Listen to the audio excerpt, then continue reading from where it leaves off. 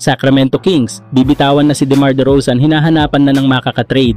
Pero bago yan, mainit naman na pinag-uusapan ngayon sa mundo ng NBA ang posibilidad ng isang matinding trade. Ito nga ay patungkol kay LaMelo Ball na papuntang LA Clippers. Ayon sa mga ulat, hindi lang si Lonzo Ball ang gustong makita ang kapatid niyang si LaMelo na maglaro sa Los Angeles. Maging ang dating player ng Clippers na si Lou Williams, pabor din sa ideyang ito. Sa panayam mula sa Hoops Hype, sinabi ni Williams, "Nakikita kong gagawa ng hakbang ang Clippers para makuha ang isang elite na point guard. Alam ko na matagal na nilang pinag-iisipan kung ano ang gagawin nila sa posisyon na yon. Kung mailipat si James Harden sa shooting guard position at bumalik siya bilang scorer imbes na facilitator, malaki ang maitutulong nito sa team." Dagdag pa ni Williams, malaki ang magiging epekto ng desisyon ng Charlotte Hornets sa paparating na NBA draft. Kapag kumuha nga daw sila ng isa pang point guard, parang ipinapakita na rin nilang handa na silang kumilos at magbago ng direksyon. Depende kung saang pick manggagaling ang bagong gwardiya, posibleng senyales ito na ilalagay nila si LaMelo sa trade block. Samantala sa podcast naman ni Lonzo Ball, sinabi niyang malaki ang tsansa na kuhanin ng Hornets si Dylan Harper mula Rutgers at kung mangyayari yon, pakiramdam ko pupunta si Dylan Harper sa Hornets at si Melo sa Clippers. Habang patuloy naman na namamayagpag si LaMelo Ball sa kabila ng kahinaan ng kanyang kuponan. Nitong nakaraang season, nagtala siya ng mahigit 25 points kada laro at taon-taon ay tumataas ang kanyang produksyon. Ngunit habang umaangat siya, ang Hornets naman ay nananatiling kulelat, nagtapos lamang sila sa 19 wins at 63 losses, ikatlo sa pinakamasama sa buong liga. Kaya kung mapunta siya sa isang playoff contender tulad ng Clippers, tiyak na magiging mas kapana-panabik ang laban sa Western Conference. Isa pa ay pagbabalik-bayan ito para kay LaMelo na tubong California. Abangan natin mga idol ang mga susunod na kaganapan sa draft at trade season dahil kung magkakatotoo ito, malaki ang posibilidad na mabago ang balanse ng kapangyarihan sa NBA.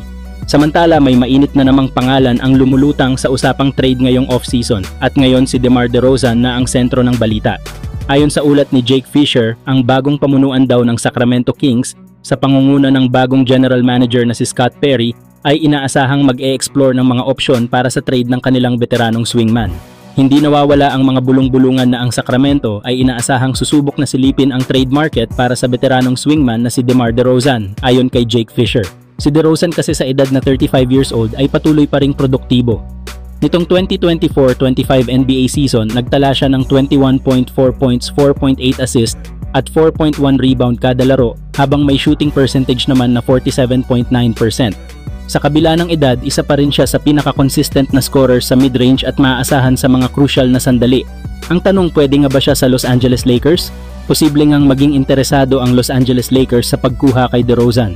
Sa kasalukuyang estado ng koponan, kailangan nila ng isa pang scorer at closer bukod kina LeBron James, Luka Doncic at Austin Reeves. Si DeRozan kasi ay isang veteranong scorer na kayang maghatid ng puntos sa fourth quarter at kayang umangkop sa sistema na hindi umaasa sa 3-point shooting. Maaaring kunin ng Lakers si DeRozan kapalit ng ilang role players at mga draft pick, depende sa hinihingi ng Kings. Bukod pa rito, si DeRozan ay tubong California at ilang ulit na rin siyang naiugnay sa Lakers sa mga nakaraang taon.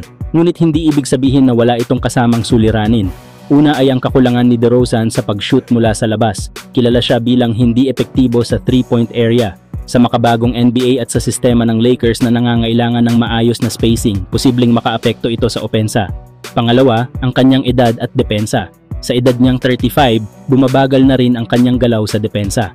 Kung ipapareha siya kina LeBron at Luka Doncic, baka mahirapan sila sa pagdepensa laban sa mas batang star players ng Western Conference gaya nina Anthony Edwards o Devin Booker. Pangatlo ay ang kanyang estilo ng laro na mas epektibo kapag hawak niya ang bola. Sa isang sistema kung saan kailangang magbahagi ng bola kina LeBron, Reeves at Luka, posibleng magkaroon ng problema sa flow ng opensa at spacing. Pero walang duda na si DeMar DeRozan ay isa pa ring dekalibreng veterano na makakatulong sa playoff run ng kahit anong koponan. Ngunit kung ang Los Angeles Lakers ang kukuha sa kanya, dapat nilang pag-isipan ng mabuti kung swak ba siya sa sistema, spacing at direksyon ng team sa hinaharap. Maayos sa papel, pero ang tanong, ito ba ang tamang hakbang para sa darating na season? Huwag kalimutang mag-like, share at subscribe para sa mas marami pang NBA updates.